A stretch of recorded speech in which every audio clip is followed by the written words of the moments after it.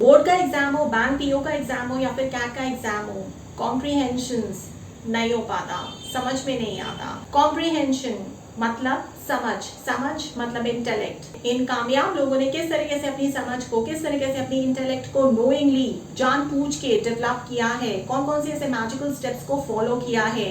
और पढ़ते पढ़ते इन लोगों ने अपनी समझ को, अपनी इंटेलेक्ट को इतना ज्यादा स्पीड से डेवलप कर लिया है कि आज के समय में ये 150 से 200 पेज के आसपास 1 घंटे में पढ़ जाते हैं। जैसे Elon Musk, Mark Zuckerberg, Bill Gates, Tim Cook, ये सारे के सारे कामयाब लोग। इन सभी की ऑटोबायोग्राफीज को पढ़ने से आपको एक ट्रेंड दिखेगा और वो ट्रेंड होगा इन सारे मैजिकल स्टेप्स का रिपीट होना। ये वो मैजिकल स्टेप्स हैं जो पंचकोश मॉडल में बताए गए हैं हमारे शास्त्रों में, हमारे वेदों में अरबों खरबों साल पहले। और इसी सीक्रेट के वजह से, इसी एक डिटेलिंग के वजह से ये सारे के सारे महान लोग आज महान बन चुके हैं। सबसे पहला मैजिक स्टेप जो पंचकोश मॉडल बताता है कि अगर आपको अपनी समझ, अपनी इंटेलेक्ट को डेवलप करना है तो आपको योगा करना है, मेडिटेशन करना है।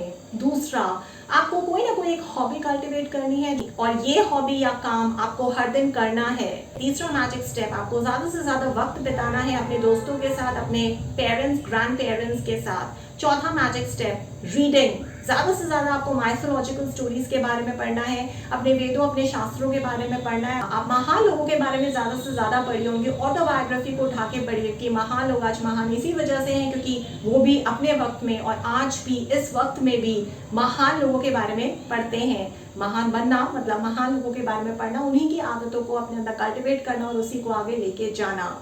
चौथा मैजिकल स्टेप जो आपको बताता है कि आपको ज्यादा से ज्यादा सोशल वर्क करना है। सोशल वर्क करने से यानी कि किसी न किसी की मदद करते रहने से आप पॉजिटिविटी से भर जाते हैं। उस स्पेस में नेगेटिविटी की कोई गुंजाइश या कोई जगह नहीं बचती है, जिसकी वजह से आप हमेशा मनोस्थिति में यानी कि मन से बहुत ज्यादा खुश रहते हैं, बहुत ज्यादा सैटिस्फाइड रहते हैं। और पांचवा मैजिक स्टेप जो हमारे पंचकोश मॉडल ने बताया है वो ये कहता है कि हमें किसी के बारे में भी कोई भी प्री कंसीव्ड नोशन नहीं रखना है, यानी कि हमें कोई भी बायस या किसी को भी देख के हमें कुछ भी परसेप्शन नहीं बनाना है। जब ये सारे के सारे पांचों मैजिकल स्टेप्स आप फॉलो करने लग जाएंगे जो पंचकोश मॉडल में इंटेलेक्ट को, समझ को डेवलप करने के लिए बताए गए हैं, तो जाहिर सी बात है आप हर चीज को अच्छी तरीके से बारीकी से समझने लग जाएंगे। और उसके बाद आप देखिएगा एक चमत्कार होगा, एक मैजिक होगा कि कॉम्प्रीहेंशन, अनसीन पैसेजेस जो अभी तक आपको समझ में नहीं आते थे, आराम से समझ में आने लग जाएंगे।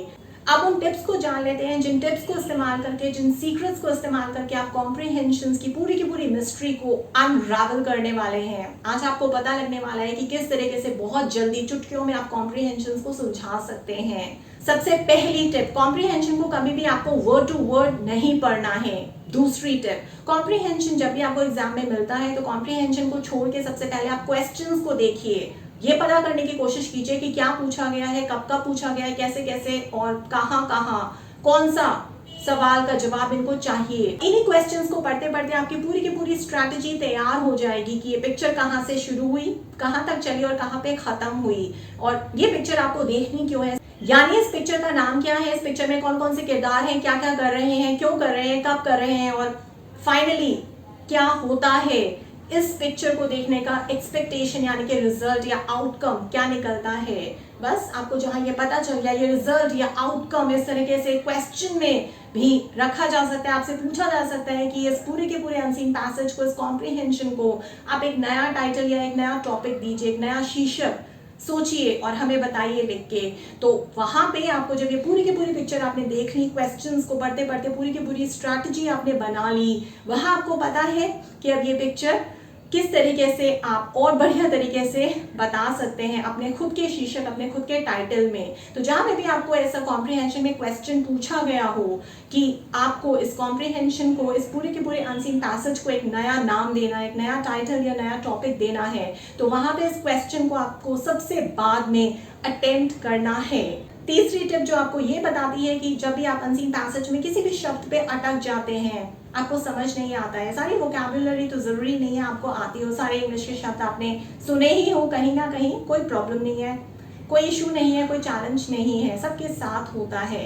अब करना क्या है आपको, जैसे हम नर्सरी में या केजी में जब थे तो हमें ए से जी के बीच में सारे लेटर्स को समझाया गया था, हमें लिख के बताया जाता था, हम उसको याद करते थे। उसके बाद हमने वर्ड्स को, शब्दों को बनाना सीखा, शब्दों के बाद हमने सेंटेंसेस को यानी कि वाक्यों को बनाना सीखा और वाक्यों के बाद हमने पैराग्राफ्स को बनाना सीखा। और इसका मतलब क्या है, मतलब जो हमारा ब्रेन है वो उस तरीके से ट्रेंड हो चुका है कि हम बचपन से ही पहले लेटर्स को, फिर लेटर्स को वर्ड्स में, फिर वर्ड्स को सेंटेंसेस में और सेंटेंसेस को हम पैराग्राफ्स में इंटर रिलेट करके उसका मतलब समझने की कोशिश करते हैं। और फिर इस तरीके से हम पूरे के पूरे चैप्टर को, पूरे के पूरे अनसीन पैसेज या कॉम्प्रिहेंशन को समझ लेते हैं। बस यही स्ट्रैटेजी आपको कॉम्प्रिहेंशन में भी लगानी है। कोई शब्द अगर आपको समझ में नहीं आ रहा है, चाहे वो इंग्लिश है या कोई भी दूसरी लैंग्वेज है, वहाँ पे आपको उससे पहले का शब्द पढ़ना है, उसके बाद का शब्द पढ़ना है। फिर भी समझ में नहीं आता है तो उससे पहले का सेंटेंस पढ़िए, उससे बाद का सेंटेंस पढ़िए। फिर भी समझ में नहीं आता है तो और पहले का सेंटेंस पढ़िए और बाद का सेंटेंस पढ़िए। पैराग्राफ्स में रिलेशन ढूंढने की कोशिश कीजिए। और यही होता है जब भी हम किसी नई भाषा का कोई भी गाना सुनते हैं, पंजाबी गाने होते हैं, मराठी गाने होते हैं, भोजपुरी गाने होते हैं, हरियाणवी गाने होते हैं, अगर हमें नहीं आते हैं तो हम शब्दों के आगे पीछे के सेंटेंसेस को, उनके बीच में कुछ ना कुछ इंटर रिलेशन करके, पैराग्राफ्स को इंटर रिलेट करके मतलब समझ ही लेते हैं। बस यही है, कॉम्प्रिहेंशन में भी आपको यही स्ट्रैटेजी को अपनाना है। आखिरी टिप हमें ये बताती है कि किस तरीके से हमारा ब्रेन फंक्शन करता है जब भी हम लॉजिकल डिडक्शंस करते हैं। तो अगर मान लीजिए आपके कॉम्प्रिहेंशन में 5 पैराग्राफ्स हैं और 5 ही सवाल पूछे गए हैं आपसे, तो घबराइए मत, कुछ नहीं होता। 5 नहीं तो अगर 5 पैराग्राफ से ज़्यादा भी हो और 5 सवालों से भी ज़्यादा सवाल हो तो कोई प्रॉब्लम नहीं है, कोई इशू नहीं है। बस आपको सीक्वेंस याद रखना है। वो सीक्वेंस ये कहता है कि हम हमेशा आगे से पीछे की तरफ पढ़ते हैं, यानी कि पीछे से आगे नहीं आते हैं। रिवर्स इंजीनियरिंग या रिवर्स ऑर्डर हम कभी भी फॉलो नहीं करते और इसी तरीके से हमारा ब्रेन भी काम करता है। इन शॉर्ट की लाइन आगे से पीछे जाती है, पीछे से आगे नहीं आती है। बस यही है लॉजिकल सीक्वेंसिंग, यानी कि पहले क्वेश्चन का आंसर आपको अमूमन 95% से भी ज्यादा, या ये कह लीजिए 97% से भी ज्यादा आपको पहले पैराग्राफ में ही मिल जाएगा। आपको सेकंड पैरा तक जाने की जरूरत ही नहीं है।